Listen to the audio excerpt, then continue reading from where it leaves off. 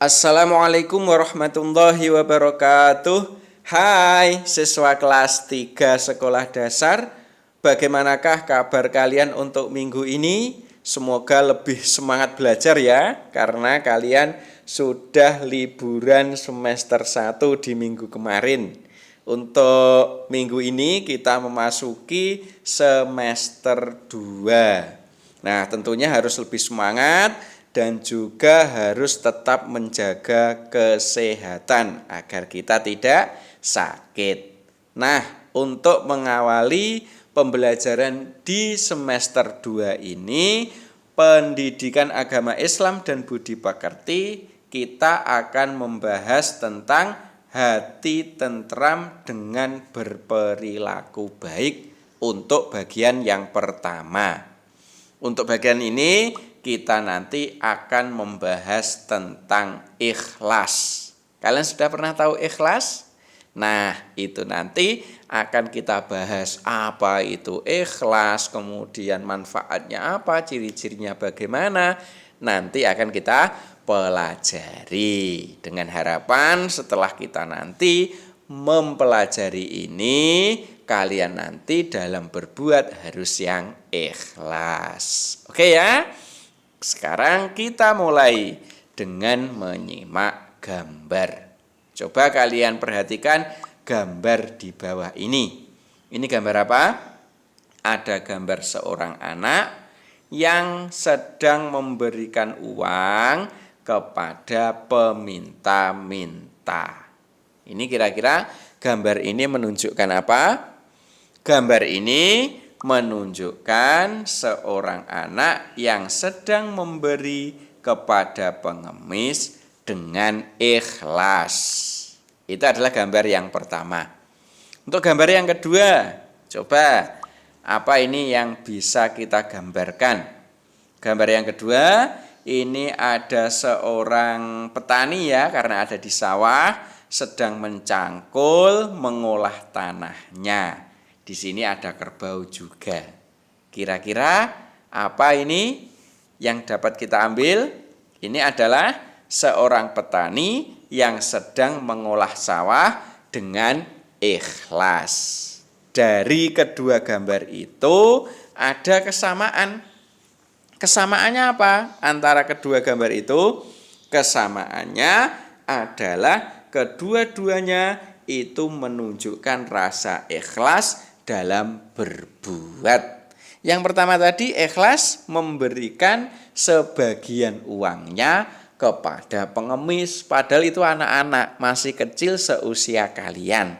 Tapi anak itu sudah ikhlas memberikan sebagian uang sakunya kepada pengemis. Kalau yang kedua tadi, seorang bapak-bapak, Pak Petani itu ikhlas bekerja untuk mencukupi kebutuhan keluarganya.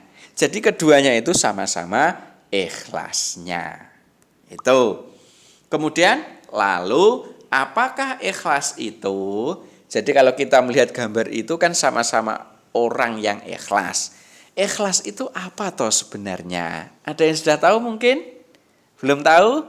Ayo kita bahas bersama-sama, yaitu tentang ikhlas.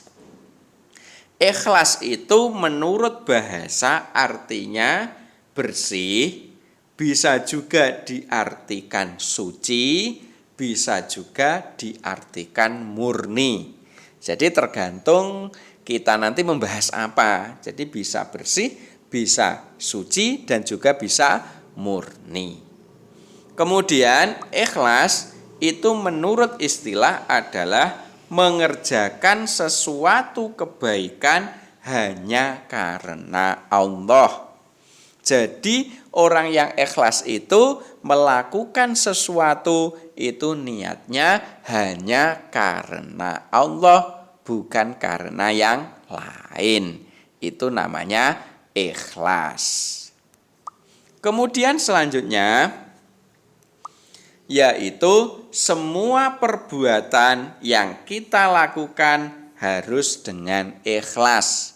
Jadi perbuatan apapun yang kita lakukan, Baik itu belajar, membantu orang tua, sholat 5 waktu, datang ke sekolah, macam-macam.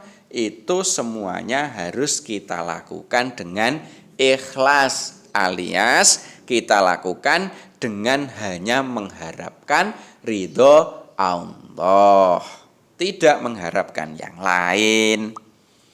Kemudian karena perbuatan yang tidak ikhlas itu tidak akan diterima oleh Allah.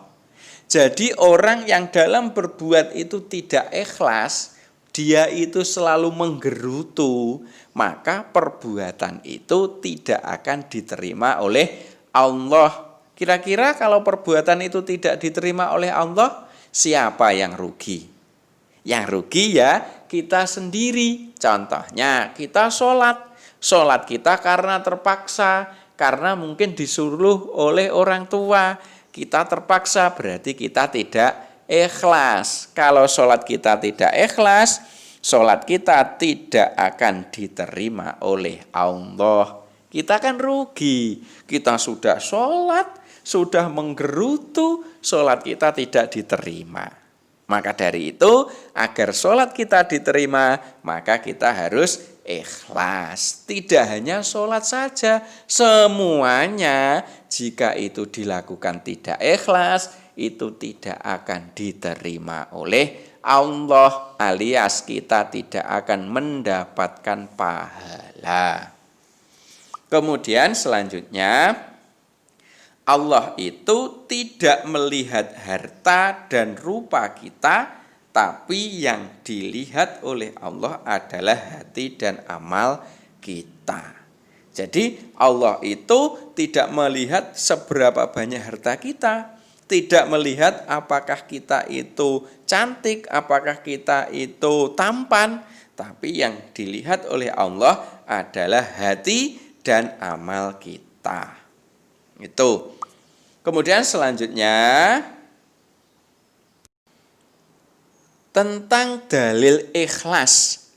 Apakah ikhlas itu ada dalilnya? Ada perintahnya.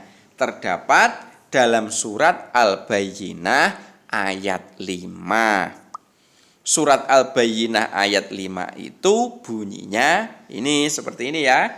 Mari kita baca bersama-sama. Ta'awudz dulu ya.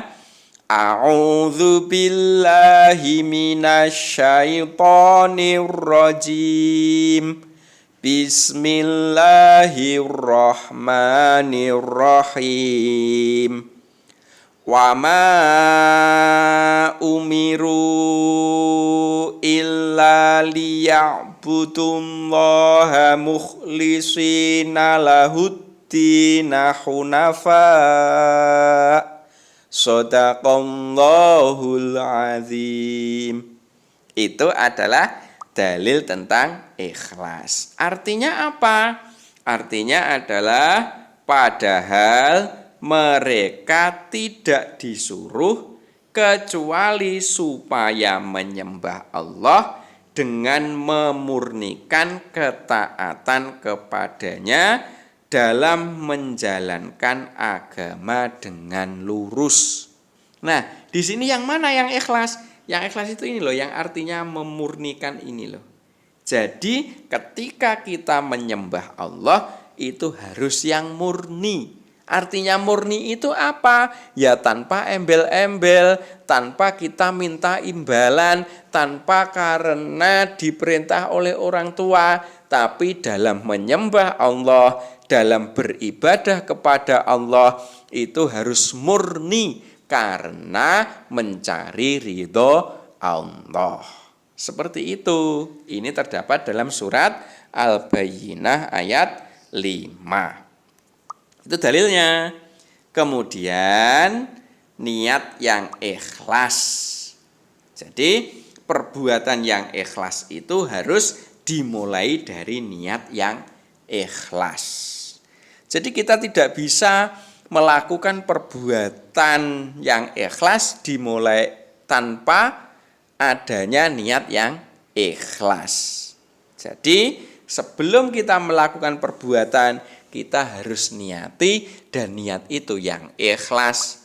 Karena apa? Karena ini Nabi sudah bersabda yang bunyinya innamal a'malu binniyati wa innama likulli imri'in ma nawa.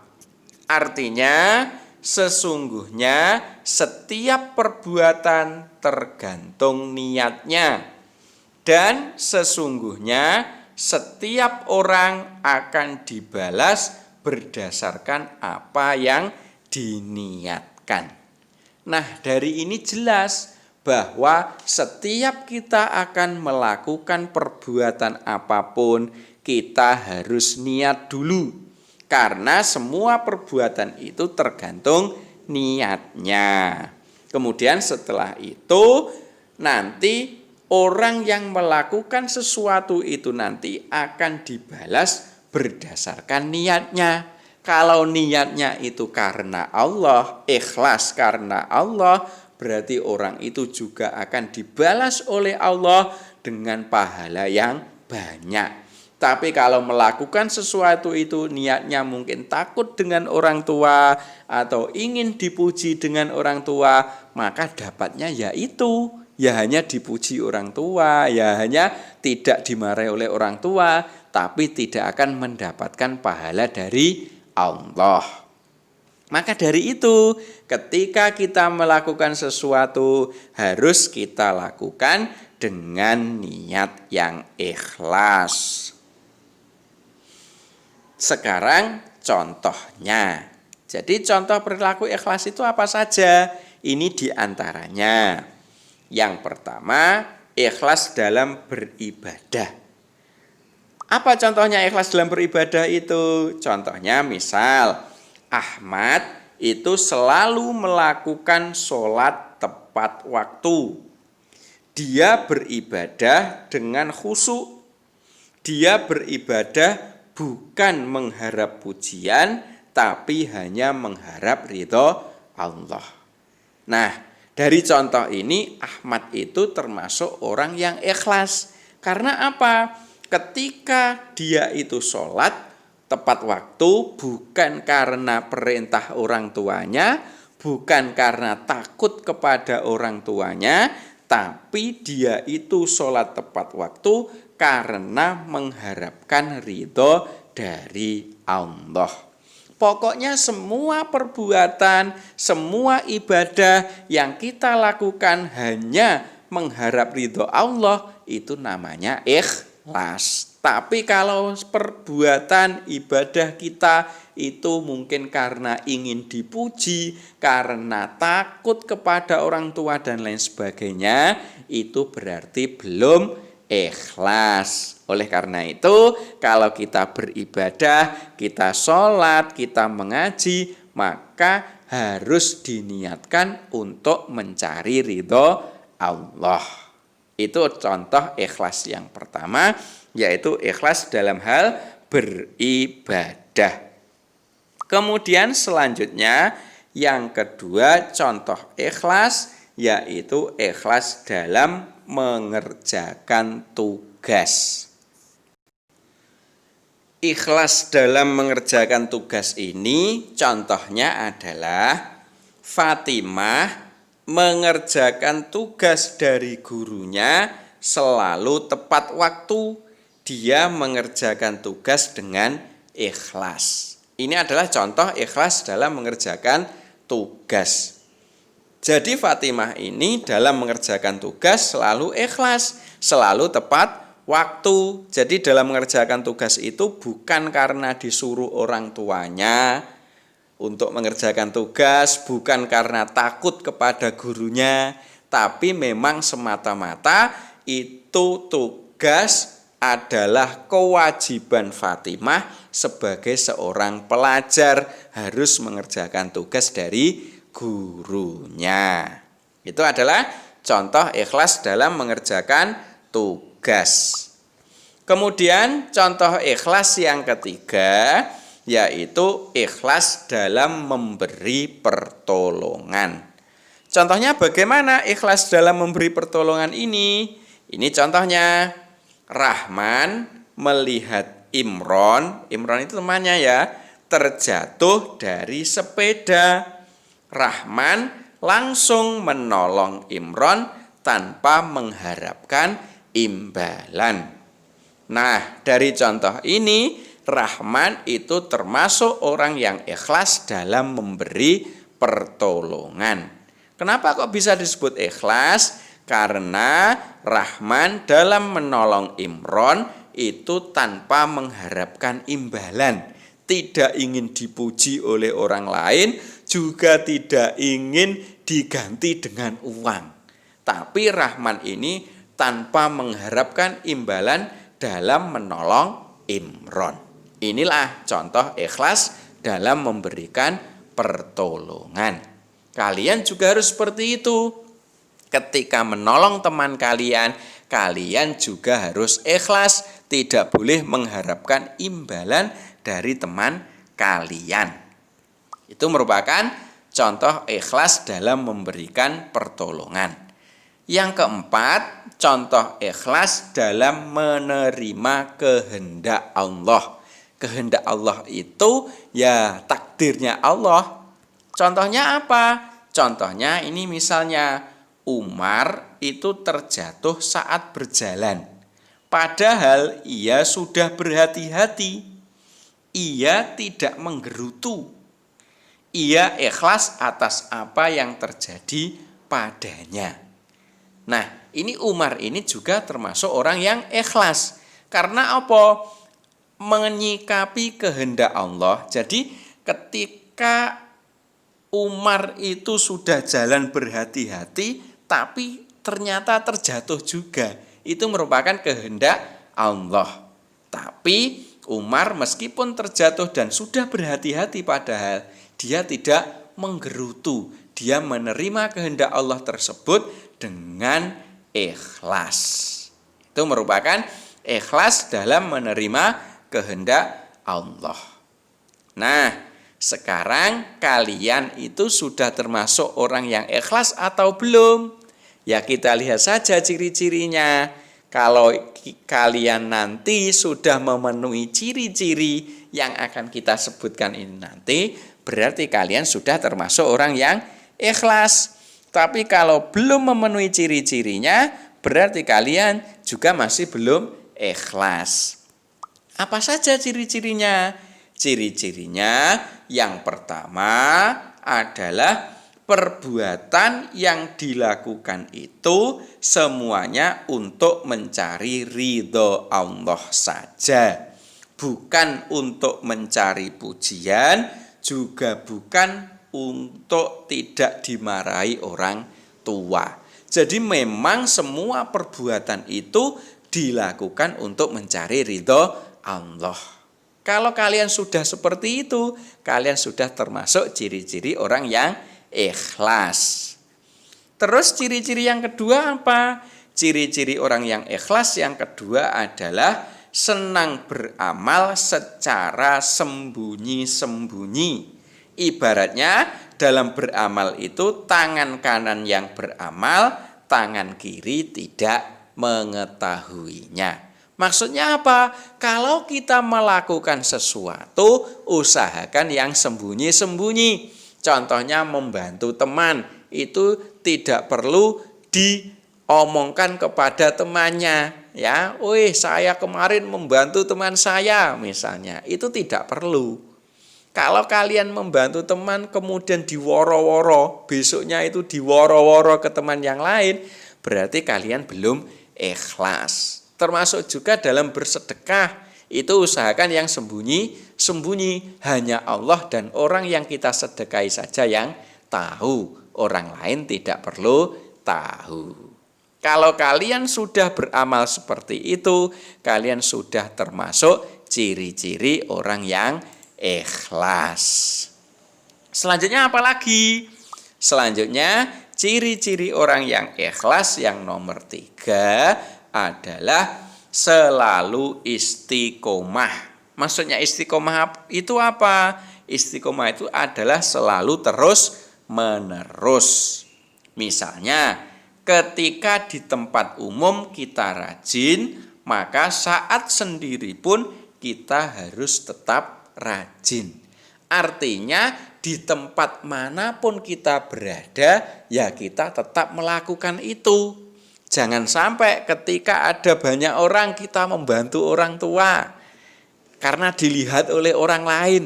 Tapi kalau pas tidak dilihat oleh orang lain, kita tidak mau membantu orang tua. Itu berarti tidak istiqomah atau tidak terus menerus. Kalau seperti itu berarti belum termasuk orang yang ikhlas. Tapi kalau kalian dalam membantu orang tua itu baik dilihat oleh orang lain maupun tidak dilihat oleh orang lain, baik itu dipuji oleh orang tua maupun tidak dipuji oleh orang tua, kalian tetap membantu orang tua, itu loh yang dinamakan ikhlas. Itu adalah ciri-ciri orang yang ikhlas, yaitu selalu istiqomah atau terus menerus. Kemudian ciri-ciri yang keempat, orang yang ikhlas itu tidak menunggu pujian dari orang lain. Baik itu dipuji maupun tidak, orang yang ikhlas tetap beramal. Ya seperti contohnya tadi, baik itu kalian dipuji oleh orang tua maupun tidak dipuji oleh orang tua, dalam membantu orang tua kalian tetap membantu. Karena pada intinya membantu orang tua itu bukan untuk mengharapkan pujian dari orang tua, tapi karena mengharapkan ridho Allah. Itu loh yang dinamakan orang yang ikhlas. Kira-kira kalian bisa menjadi orang yang ikhlas? Pasti bisa, karena kelas 3 itu merupakan anak-anak yang hebat semua. Itu ya, ciri-ciri orang yang ikhlas. Kemudian selanjutnya apa saja keutamaan orang yang ikhlas itu? Banyak sekali keutamaannya.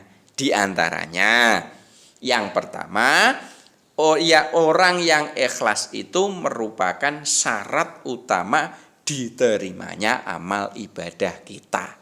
Seperti yang saya jelaskan di awal tadi, kalau kita itu beramal tapi tidak ikhlas, maka amal kita itu tidak akan diterima oleh Allah. Makanya ketika kita beramal itu harus ikhlas, karena ikhlas merupakan syarat utama diterimanya sebuah amal. Kemudian keutamaan ikhlas yang kedua yaitu ditakuti oleh setan.